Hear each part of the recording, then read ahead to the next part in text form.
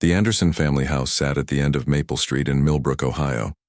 It was a two-story white house with green shutters and a front porch that always had fresh flowers in hanging baskets. Every neighbor who walked by would smile at how perfect everything looked. The grass was cut just right. The mailbox was painted and clean. Even the driveway never had a single weed growing through the cracks. Margaret Anderson was 58 years old and had lived in that house for over 20 years. She was the kind of woman who waved at everyone and remembered their names. When she walked to the mailbox each morning at exactly 9 o'clock, she would stop and chat with anyone she met along the way. The neighbors all knew her routine. They could set their clocks by when Margaret watered her roses or swept her front steps. Margaret had worked as a teacher for 32 years at Millbrook Elementary School. Children loved her because she was patient and kind. She never raised her voice, even when students were being difficult. When she retired 3 years ago, the whole school threw her a party. Parents who had been her students when they were young came back to thank her for everything she had taught them. Living with Margaret was her daughter Jessica, who was 34 years old. Jessica had blonde hair like her mother and the same blue eyes. But where Margaret was always smiling and cheerful, Jessica seemed tired most of the time. She would sleep late in the mornings and stay up late at night watching television or looking at her phone. Jessica had gone to college and studied art. She was good at painting and drawing, but she never found a job that paid well. She had worked at a few different places over the years. There was a coffee shop where she lasted 6 months. Then she tried working at an art supply store, but that only lasted 3 months. She also tried teaching art classes to children, but that did not work out either. For the past 3 years, Jessica had been living with her mother. At first, it seemed like a good idea. Jessica could save money while she looked for better work. Margaret was happy to have her daughter close by. They could spend time together and share the cost of groceries and bills. The house had everything they needed. Margaret had decorated it with care over the years. There were family photos on every wall and shelf. She collected small ceramic animals that sat in a glass cabinet in the living room. The kitchen had yellow curtains that Margaret had sewn herself. Everything was clean and organized. Margaret's favorite place was the backyard. She had spent years creating the perfect garden. There were roses of every color imaginable, red ones, pink ones, white ones, and yellow ones. She knew each plant by name and could tell you exactly when she had planted it. She would spend hours each day watering them, pruning them, and making sure they had everything they needed to grow strong and beautiful. The neighbors often saw Margaret and Jessica working in the garden together. They would plant new flowers in the spring and rake leaves in the fall. Sometimes they would sit on the back porch in the evenings drinking iced tea and talking quietly. To anyone watching from their own yard, they looked like the perfect mother and daughter. But the neighbors did not see everything that happened inside the house. Margaret's sister Carol lived 2 hours away in Columbus. She was 55 years old and worked as a nurse at a big hospital. Carol called Margaret every Sunday afternoon at exactly 2 o'clock. They would talk for at least an hour about their week, their health, and what was happening in their lives. During these phone calls, Margaret had started to sound different. She was still kind and cheerful, but Carol could hear something else in her voice. There was a sadness there that had not been there before. When Carol asked if everything was okay, Margaret would always say yes. But Carol knew her sister well, enough to know when she was hiding something. Tom Bradley lived in the house next door to the Andersons. He was 62 years old and had lived there for 15 years. Tom worked nights at a factory, so he was home during the day when most people were at work. He often saw Margaret in her garden or Jessica coming and going from the house. Tom noticed that Jessica did not seem to have a regular schedule. Sometimes she would leave the house in the morning and not come back until late at night. Other times, she would not leave the house at all for several days. He also noticed that Jessica did not seem to have many friends. She never had visitors, and Tom rarely saw her talking to anyone besides her mother. Margaret, on the other hand, had many friends in the neighborhood. There was Linda Patterson, who lived 3 houses down and played bridge with Margaret every Tuesday. There was Betty Williams, who met Margaret for coffee every Thursday morning. And there was Ruth Miller, who went to the same church as Margaret and often gave her rides to Sunday services. All of these women thought Margaret was wonderful. She was always willing to help when someone needed it. If a neighbor was sick, Margaret would bring them soup. If someone needed a ride to the doctor, Margaret would offer to drive them. She was the kind of person who made everyone around her feel special and cared for. But these same friends had started to notice small changes in Margaret over the past few months. She seemed more tired than usual. Sometimes she would forget things, which was not like her at all. And occasionally she would seem distracted during conversations as if her mind was somewhere else. Margaret had raised Jessica all by herself after Jessica's father, Robert, left when Jessica was 12 years old. Robert had decided he did not want to be married anymore and moved to another state. He never called or wrote letters. He never sent money to help take care of Jessica. It was as if he had completely disappeared from their lives. Being a single mother had not been easy for Margaret, but she had done everything she could to give Jessica a good life. She worked extra jobs in the summers to pay for Jessica's school supplies and clothes. She went to every school event and cheered loudly at every art show where Jessica's work was displayed. When Jessica wanted to go to college, Margaret took out loans to help pay for it. Margaret had always believed that if she loved Jessica enough and supported her enough, everything would work out. She thought that Jessica just needed time to find her way in life. But as the months passed and Jessica still had no job and no clear plans for the future, Margaret began to worry that maybe she had helped too much. Maybe she had made it too easy for Jessica to depend on her instead of learning to take care of herself. Still, every morning when Margaret looked out her kitchen window at her beautiful roses blooming in the backyard, she felt grateful for the life she had built. She had a home she loved, friends who cared about her, and her daughter close by. From the outside, everything looked perfect, and that was exactly how Margaret wanted it to stay. The first sign that something was wrong came on a Tuesday morning in early September. Margaret was watering her roses when she heard Jessica talking loudly on the phone in the kitchen. The window was open, and Margaret could hear every word. Jessica was talking to someone about money. She needed to pay her credit card bill, but her account was empty. Margaret had heard this conversation many times before, but today Jessica sounded more upset than usual. Her voice was getting higher and more desperate with each sentence. When Jessica hung up the phone, she came outside to where Margaret was, working in the garden. Jessica's face was red and her hands were shaking. "Mom, I need to borrow some money," Jessica said. She did not look Margaret in the eyes when she spoke. Margaret set down her watering can and looked at her daughter. "How much do you need this time?" "Just $500. I promise I will pay you back as soon as I get a job." Margaret had heard this promise many times before.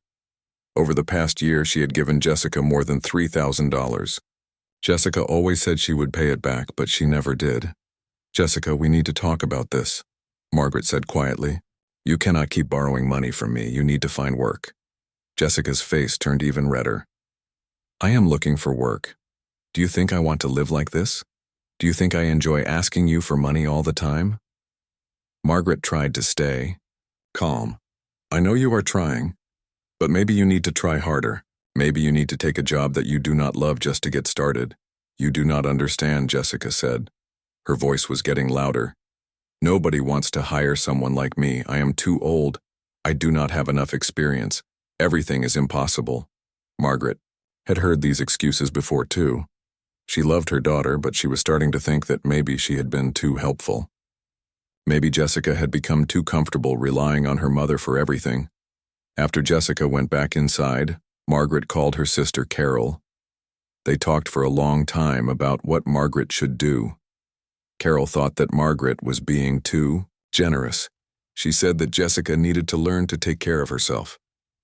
"You cannot help her forever," Carol said. "She is 34 years old. She needs to grow up and face reality."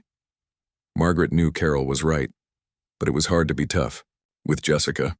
Jessica was her only child, and Margaret had always wanted to protect her from the difficulties of life. The arguments between Margaret and Jessica became more frequent as September turned into October. They would start small, usually about household chores or Jessica staying up too late. But they always seemed to end up being about money and responsibility.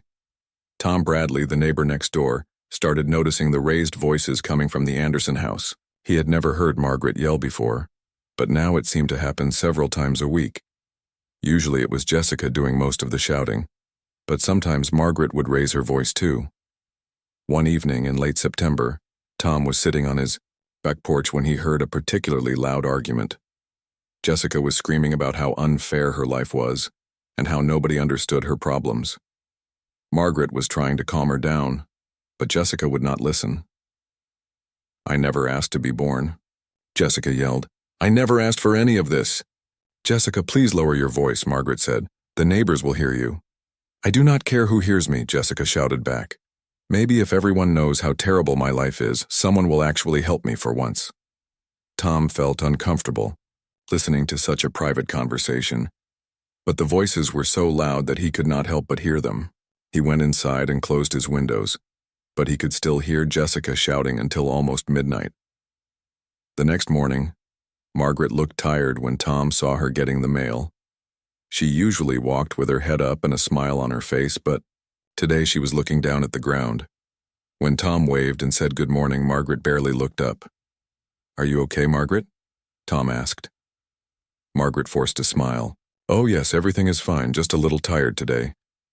But Tom could see that everything was not fine. Margaret had dark circles under her eyes, and her hands were shaking slightly as she held the mail. During this same time period, Margaret's friends began to notice changes in her behavior. Linda Patterson, who played bridge with Margaret every Tuesday, said that Margaret seemed distracted during their games. She would forget whose turn it was or what cards had been played. "Margaret was always the best player in our group," Linda later told police. "She remembered every card and never made mistakes. But in those last few weeks, she could barely focus on the game." Betty Williams, who met Margaret for coffee every Thursday, noticed that Margaret had lost weight and was not eating much. Margaret would order her usual blueberry muffin, but only take 1 or 2 small bites. "I asked her if she was feeling sick," Betty said. "She told me she was just not very hungry lately, but Margaret always had a good appetite. Something was definitely bothering her." Ruth Miller, who gave Margaret rides to church, said that Margaret had started asking strange questions about forgiveness and second chances. She wanted to know if God would forgive someone for being too lenient with their child, Ruth remembered. She asked if sometimes being kind was actually being cruel. These were not the kinds of questions Margaret usually asked. The breaking point came during the first week of October. Margaret's unemployment benefits had been helping to pay some of the household expenses, but those benefits were about to run out. Margaret knew that she could not afford to support both herself and Jessica on just her small teacher's pension. Margaret had been putting aside money for years, hoping to take a trip to Europe when she turned 60. She had always dreamed of seeing Paris and London and all the places she had read about in books, but now she was using that money to pay for Jessica's food, clothes, and credit card bills. One evening after dinner, Margaret sat Jessica down at the kitchen table for a serious conversation. She had been thinking about what Carol had said and what her friends had been telling her. She knew something had to change. "Jessica, we need to make some decisions about the future," Margaret said carefully. Jessica immediately became defensive. "What kind of decisions? You have been living here for 3 years now, and you still do not have steady work. I cannot keep supporting both of us on my retirement money." Jessica's eyes narrowed. "So what are you saying? You want to throw me out on the street?" "I am not throwing you out," Margaret said, "but I think you need some motivation to really look for work. Maybe if you had to pay rent somewhere, you would try harder to find a job." "You are supposed to be my mother," Jessica said coldly. "Mothers are supposed to help their children, not abandon them when things get hard." Margaret felt a pain in her chest when Jessica said those words. She had never abandoned Jessica. She had sacrificed everything to give Jessica the best life possible. But maybe that was the problem. Maybe she had given Jessica too much and expected too little in return. The conversation ended with Jessica storming out of the kitchen and slamming her bedroom door. Margaret sat alone at the table, wondering if she was doing the right thing. She loved Jessica more than anything in the world, but she was beginning to realize that love was not always enough. Outside in the garden, Margaret's beautiful roses continued to bloom, unaware that the perfect world they had always known was about to come to an end. October 18th started like any other day in the Anderson house. Margaret woke up at 7 in the morning and made herself a cup of coffee. She looked out the kitchen window at her roses and saw that some of the leaves were starting to change color. Fall was coming, and soon she would need to prepare the garden for winter. Jessica was still sleeping when Margaret finished her breakfast. This had become normal. Jessica rarely got up before noon anymore, and Margaret had stopped trying to wake her. It seemed like every conversation between them turned into an argument these days. Margaret spent the morning cleaning the house and doing laundry. She tried to keep busy so she would not think about the difficult decision she had been considering. Carol had called the night before and urged Margaret to give Jessica a firm deadline. Either Jessica would find a job and start contributing to the household expenses, or she would need to find somewhere else to live. The idea of asking Jessica to leave made Margaret feel sick to her stomach. She had never imagined that things between them would get this bad. But she also knew that she could not keep supporting Jessica forever. Margaret's savings account was getting smaller every month, and her pension was barely enough to cover the basic bills. At around 2 in the afternoon, Jessica finally came downstairs. She was wearing pajama pants and an old t-shirt, and her hair was messy from sleep. She went straight to the refrigerator and took out a container of leftover pizza. "Good afternoon," Margaret said, trying to keep her voice neutral. Jessica mumbled something that might have been hello and put the pizza in the microwave. Margaret took a deep breath and decided that today was the day she would have the conversation she had been dreading. "Jessica, I need to talk to you about something important," Margaret said. Jessica rolled her eyes. "Here we go again. Let me guess. You want to lecture me about getting a job." "This is not a lecture," Margaret said firmly. "This is a decision that I have made. You have 30 days to find work and start paying rent, or you will need to find another place to live." Jessica stopped chewing her pizza and stared at Margaret. "Are you serious right now?"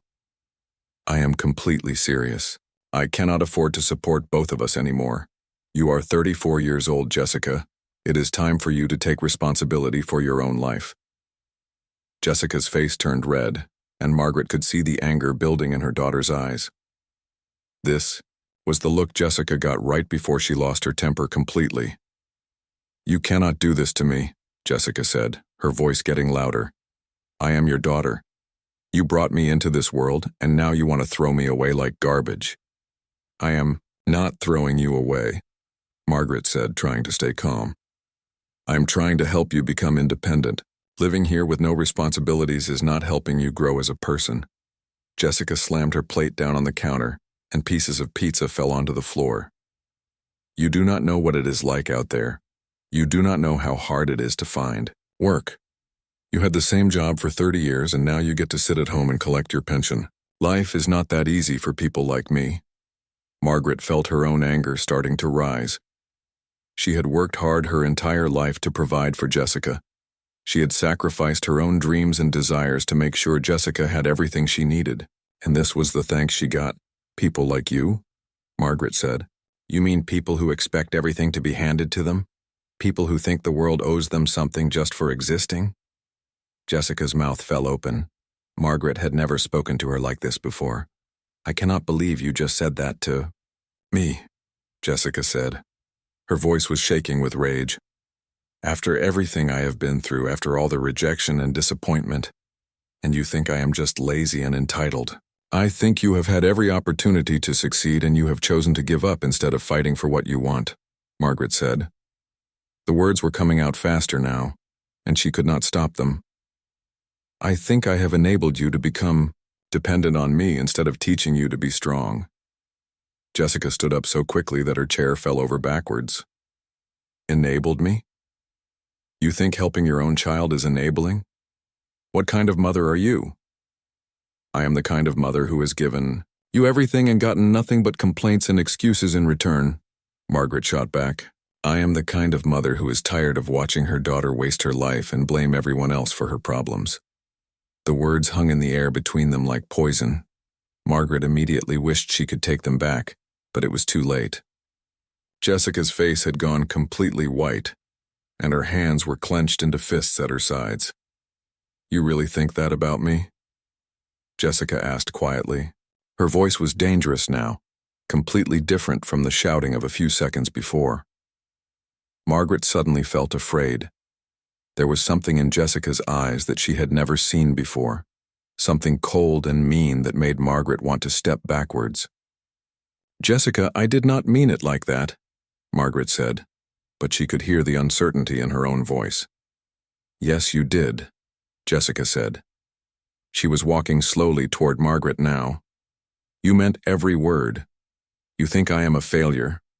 You think I am pathetic. You think your life would be better without me." "That is not true," Margaret said, but she continued backing toward the living room. Something was very wrong with Jessica. She looked like a completely different person. "You know what?" Jessica said, following Margaret step by step. "Maybe you are right. Maybe I am a disappointment. Maybe I have ruined your perfect little life." Margaret reached the living room and bumped into the coffee table. She turned around to steady herself, and that was when she saw the bronze bookend on the mantelpiece. It was heavy and solid, a retirement gift from her fellow teachers. For some reason, looking at it made Margaret even more frightened. When she turned back around, Jessica was standing right behind her. Margaret had never noticed before how much taller Jessica was, how much stronger she looked when she was angry. "You want me gone so badly?" Jessica said. Her voice was barely above a whisper now. "Maybe I should make that easier for you." "Jessica, you are scaring me," Margaret said. "Please just calm down so we can talk about this." But Jessica was not listening anymore. She was looking at the bookend on the mantelpiece, and Margaret could see something terrible forming in her daughter's mind. "Jessica?" "No," Margaret said, but it was too late. Jessica grabbed the bronze bookend and raised it above her head. Margaret tried to run, but there was nowhere to go. The coffee table was behind her, and Jessica was blocking the only way out of the room. "I never asked to be born," Jessica said, repeating the words she had screamed just a few weeks before. "But since I was, the least you could do is love me unconditionally." "I do love you," Margaret cried. "Jessica, please put that down." But Jessica brought the bookend down with all her strength, hitting Margaret in the back of the head just as Margaret turned to try to escape. Margaret fell forward onto the coffee table, her head hitting the sharp corner with a sickening sound. Blood immediately started pooling on the hardwood floor that Margaret had just cleaned that morning. Margaret tried to lift her head, tried to call for help, but Jessica hit her again and again until she stopped moving. When it was over, Jessica stood in the middle of the living room, still holding the bloody bookend. The house was completely silent except for the sound of Jessica's heavy breathing. Outside in the garden, Margaret's roses swayed gently in the autumn breeze, unaware that their caretaker would never tend to them again. For the first hour after killing her mother, Jessica just stood in the living room staring at what she had done. Margaret's body was lying face down on the coffee table, blood everywhere. The bronze bookend was still in Jessica's hand, covered in blood and bits of hair. Jessica's mind felt completely blank. She could not think clearly about what had just happened or what she should do next. She kept expecting Margaret to move, to sit up and tell Jessica that everything would be okay. But Margaret remained perfectly still. When the shock finally started to wear off, panic set in. Jessica began pacing around the house, walking from room to room without any real purpose. Her hands were shaking, and she felt like she might throw up. Every few minutes she would go back to the living room to look at Margaret's body, as if maybe it would not be there anymore. But it was always there. Margaret was dead, and Jessica had killed her. Jessica's first instinct was to call the police and tell them it was an accident. She could say that Margaret had fallen and hit her head on the coffee table. But then she remembered all the neighbors who had heard them arguing. Tom Bradley next door had definitely heard Jessica shouting many times over the past few weeks. The police would know it was not an accident. She thought about calling Carol, Margaret's sister. Carol had always been kind to Jessica, and maybe she would understand. But Jessica knew that Carol would never forgive her for killing Margaret. Carol would want Jessica to go to prison for the rest of her life. As the hours passed, Jessica realized that no one was going to help her. She was completely alone with this terrible secret. If she wanted to avoid going to prison, she would have to handle this situation by herself. The first thing Jessica did was clean up the blood. She got towels from the bathroom and soaked up as much as she could from the floor and the coffee table. Then she used bleach to scrub the areas where the blood had been. The house filled with the sharp smell of cleaning chemicals, but Jessica kept scrubbing until she could not see any trace of what had happened. Margaret's body was much heavier than Jessica had expected. It took all of Jessica's strength to drag her mother from the living room to the basement. She had to stop several times to rest, and by the time she got Margaret downstairs, Jessica was sweating and exhausted. The basement was dark and cool, filled with boxes of Christmas decorations and old furniture that Margaret had been saving for years. Jessica laid Margaret's body on the concrete floor behind a stack of boxes where no one would see it if they happened to come downstairs. But Jessica knew that hiding the body in the basement was only a temporary solution. Eventually, someone would come looking for Margaret. Carol called every Sunday. Margaret's bridge friends expected her at their weekly game. Her church friends would notice if she did not show up for services. Jessica needed to buy herself some time to figure out a more permanent solution. Using Margaret's cell phone, Jessica started sending text messages to people who might be expecting to hear from Margaret. She sent a message to Carol saying that Margaret was feeling under the weather and would not be able to talk on Sunday. She sent a message to Linda Patterson saying that Margaret would not be able to make it to Bridge Club that week. The messages were short and simple, but they were nothing like the way Margaret usually wrote. Margaret always wrote long, detailed messages with perfect grammar and punctuation. Jessica's messages were brief and casual, more like the way Jessica herself would write. But Jessica hoped that people would just think Margaret was being quick because she was not feeling well. 4. The next 2 days, Jessica tried to act like everything was normal. She made sure to turn lights on and off at the regular times so the neighbors would think Margaret was still alive. She moved Margaret's car from one side of the driveway to the other so it would look like Margaret had been out running errands. But Jessica knew that these small tricks would not work for very long. She needed to do something about Margaret's body before it started to smell, or before someone came to the house looking for her mother. On the third night after the murder, Jessica went down to the basement with a flashlight and some tools from the garage. She had never done anything like what she was about to do, but she had seen enough movies and television shows to have a general idea of what needed to be done. Jessica spread plastic sheets on the floor around Margaret's body. Then she used kitchen knives and a small hacksaw to cut Margaret into pieces that would be easier to move and dispose of. The work was horrible and exhausting, and Jessica had to stop several times when she felt sick to her stomach, but she forced herself to keep going. This was the only way to make sure that Margaret's body would never be found. When she was finished, Jessica had several garbage bags filled with pieces of her mother's body. She loaded the bags into Margaret's car and drove around town in the middle of the night, throwing them into dumpsters behind restaurants and shopping centers. She made sure to use dumpsters in different parts of town so that no one would find all the pieces in the same place. But when Jessica got to Margaret's head, she could not bring herself to throw it away with the rest of the body. Maybe it was because Margaret's face still looked peaceful, like she was just sleeping. Or maybe it was because Jessica realized that throwing her mother's head in a dumpster felt too cruel, even after everything that had happened. Instead, Jessica decided to bury Margaret's head in the backyard. Margaret had always loved her rose garden more than anything else in the world. She had spent hours every day taking care of those flowers, making sure they had everything they needed to grow and bloom. Jessica thought that maybe Margaret would want to rest among the roses she had loved so much. Using a shovel from the garage, Jessica dug a hole about 3 feet deep in the middle of the rose garden. The ground was soft because Margaret had always kept it well watered and fertilized. Jessica placed Margaret's head gently in the hole and covered it with dirt. Then she planted some new flowers on top of the spot where she had buried her mother's head. The flowers looked a little out of place because it was late in the season for planting, but Jessica hoped that no one would notice.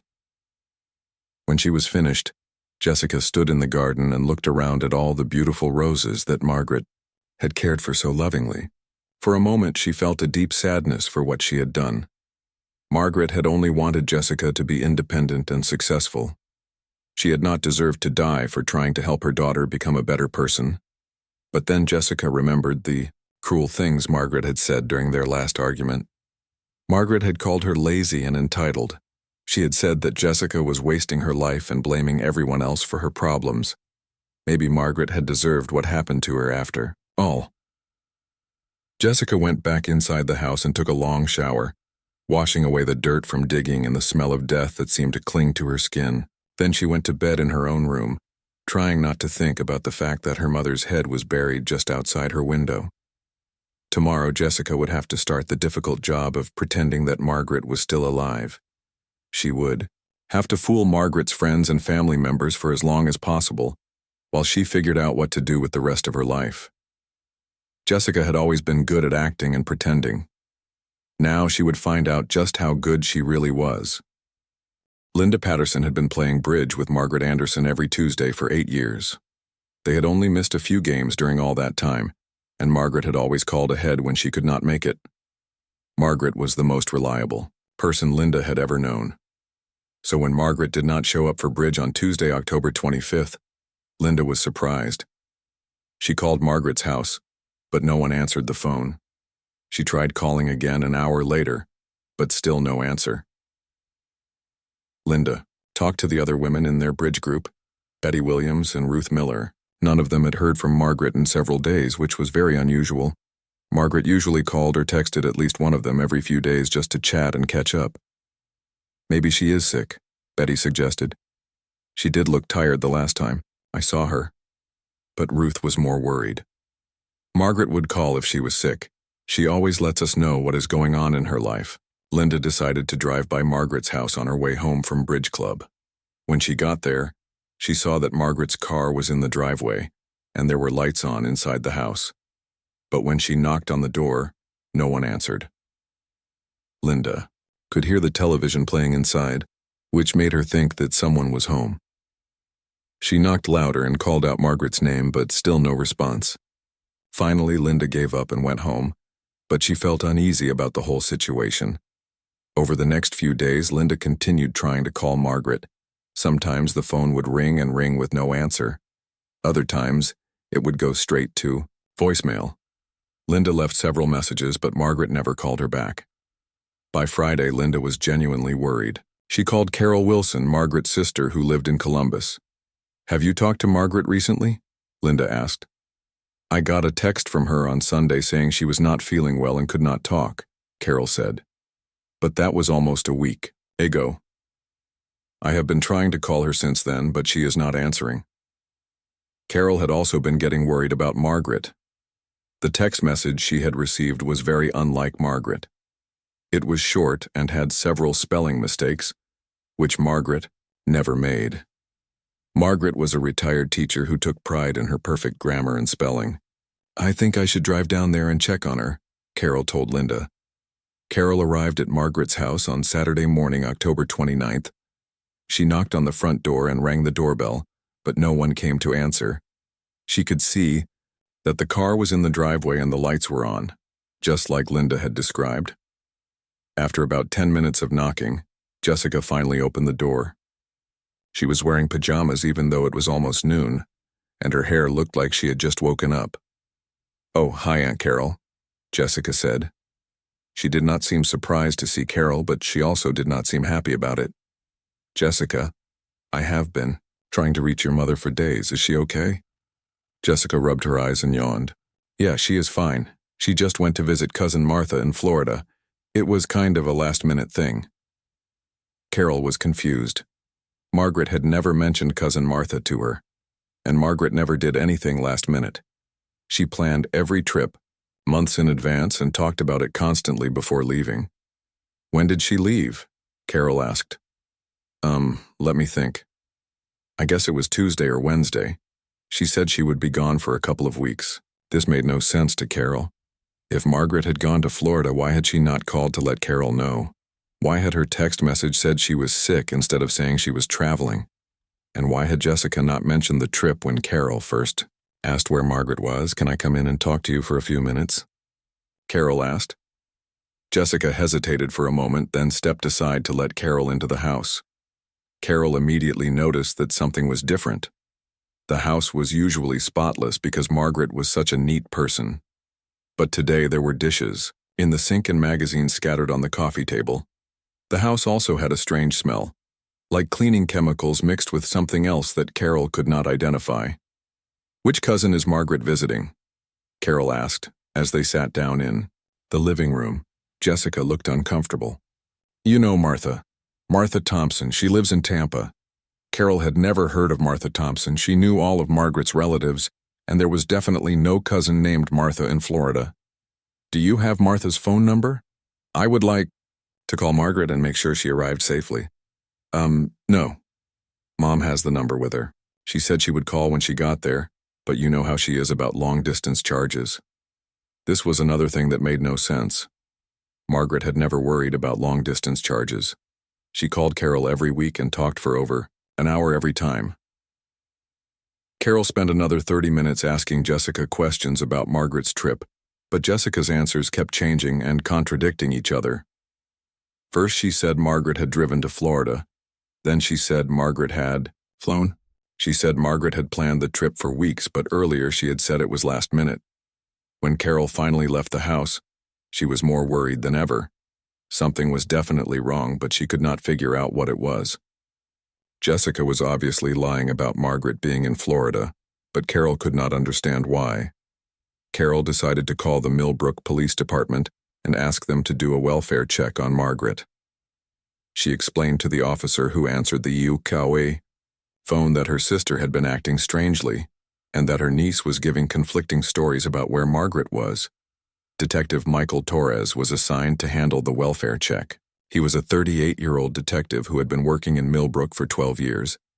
He had handled many missing person cases, and he knew that family members were usually the best source of information about what might have happened. Detective Torres arrived at Margaret's house on Sunday morning, October 30th. Jessica answered the door wearing the same pajamas she had been wearing when Carol visited the day before. "Ms. Anderson, I am Detective Torres with the Millbrook Police. Your aunt Carol Wilson called us because she is concerned about your mother. She has not been able to reach her for several days." Jessica invited Detective Torres into the house, but she seemed very nervous. Her hands were shaking, and she kept looking around the room as if she was afraid of something. "Your aunt tells me that your mother is visiting a cousin in Florida. Can you give me some more details about this trip?" Jessica told Detective Torres the same story she had told Carol, but the details were different this time. Now she said Margaret had taken the train to Florida instead of driving or flying. She said Margaret was visiting a cousin named Mary instead of Martha. Detective Torres had been doing this job long enough to know when someone was lying to him. Jessica was definitely not telling the truth about her mother's whereabouts. "Ms. Anderson, I am going to need to see some identification for your mother's cousin in Florida. I want to call and verify that your mother arrived safely." Jessica's face turned pale. "I do not have that information with me right now. Mom took all the contact details with her." "What about your mother's cell phone? Have you tried calling her?" "Yeah, but she is not answering. She said the phone service is not very good where she is staying." Detective Torres asked Jessica for Margaret's cell phone number and tried calling it while he was sitting in the living room. The phone rang several times and then went to voicemail. But Detective Torres noticed that the ringtone sounded like it was coming from somewhere inside the house. "Ms. Anderson, it sounds like your mother's phone might be here in the house with you." Jessica's eyes got wide. "Oh, yeah, she left it here by accident. She was in such a hurry to leave that she forgot to take it with her." This was the final detail that convinced Detective Torres that Jessica was lying. No one would travel to another state without their cell phone, especially not someone Margaret's age who might need it in case of an emergency. Detective Torres spent another hour at the house, looking around and asking more questions. He noticed that Margaret's purse was sitting on the kitchen counter with her driver's license and credit card still inside. Her reading glasses were on the coffee table, and her medication was still in the bathroom cabinet. All of these were things that Margaret would definitely have taken with her on a trip to Florida. When Detective Torres left the house, he was convinced that Margaret Anderson had not gone to Florida. Something had happened to her, and her daughter Jessica was lying about it. The investigation into Margaret's disappearance was about to begin in earnest. Detective Torres went back to the police station and immediately started looking into Margaret Anderson's disappearance more seriously.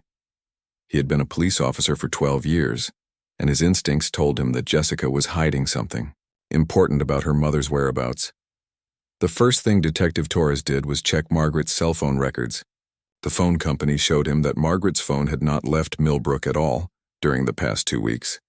In fact, the phone had not been used to make any calls since October 18th, which was the day before Jessica claimed Margaret had left for Florida.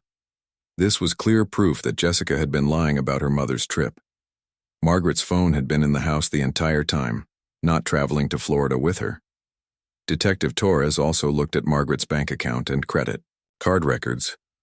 Margaret had not used her credit cards or withdrawn any money from her bank account since October 17th. If Margaret had really gone to Florida, she would have needed money for gas, food, and hotel rooms.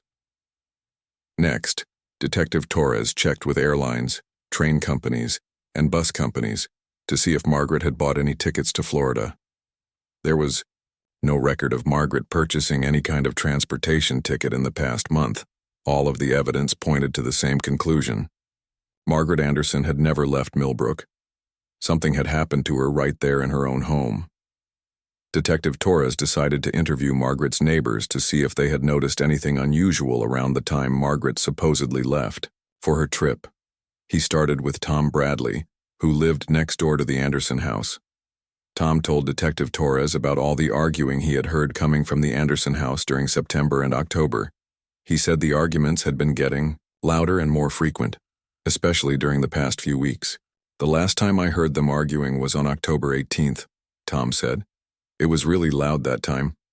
Jessica was screaming about something, and I could hear Margaret trying to calm her down. But then everything went quiet after that, October 18th was the same day that Margaret's phone had stopped being used. Detective Torres was starting to think that something very bad had happened to Margaret on that day. Detective Torres also talked to Linda Patterson, Betty Williams, and Ruth Miller, Margaret's friends from Bridge Club and church. All three women said that Margaret would never have left town without telling them, especially not for 2 weeks. "Margaret tells us everything," Linda said. "If she was planning a trip to Florida, she would have been talking about it for weeks ahead of time. She would have asked us to water her plants and check on her house." Ruth Miller mentioned something else that was important. Margaret's rose garden means everything to her. She would never leave in the middle of fall without making sure someone was taking care of her flowers. Those roses are like her children. This gave Detective Torres an idea. If Margaret really cared that much about her garden, maybe he should take a closer look at it. On November 2nd, Detective Torres returned to the Anderson house with a search warrant. Jessica tried to act calm when she saw the police cars in her driveway, but Detective Torres could see that she was terrified. "Ms. Anderson, we have a warrant to search this house and property. We believe your mother may have been the victim of a crime." Jessica's face went completely white. "A crime? What kind of crime?" "My mother is in Florida visiting her cousin." But Detective Torres was not interested in hearing Jessica's lies anymore. He had enough evidence to know that Margaret had never left Millbrook. The police officers started searching the house room by room. In the living room, they used a special chemical called luminol that glows when it comes in contact with blood.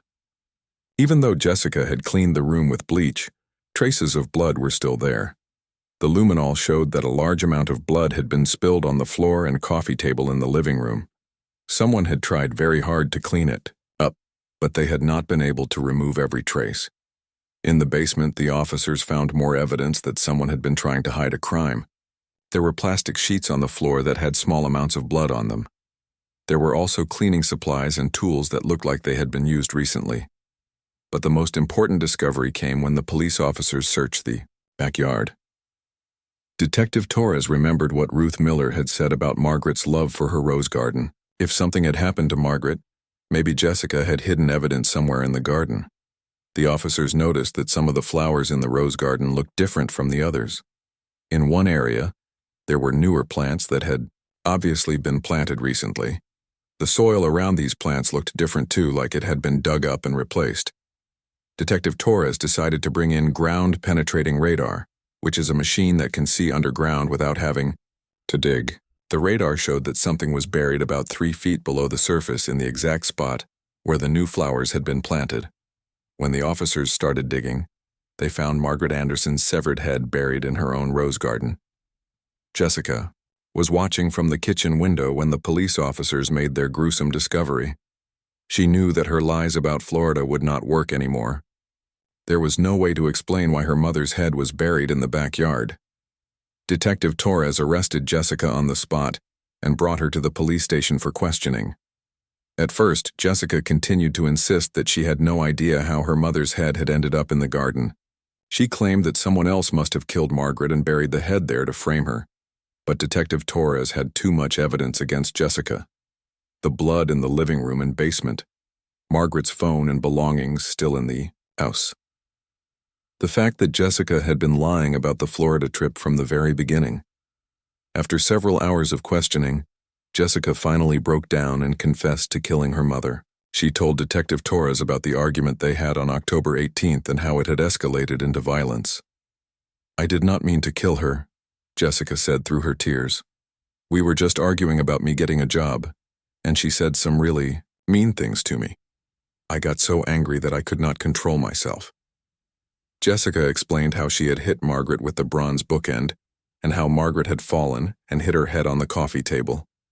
She told Detective Torres about cutting up the body and disposing of the pieces around town, but keeping the head to bury in the garden. "I thought if I buried her head with her roses, it would be like she was still taking care of them," Jessica said. "I know that sounds crazy, but I just could not throw her head in a dumpster like the rest of her body," Detective Torres asked Jessica where she had disposed of the other parts of Margaret's body, but Jessica said she could not remember exactly. She had driven around town in the middle of the night and thrown the bags in different dumpsters, but she had been too upset and scared to pay attention to which ones.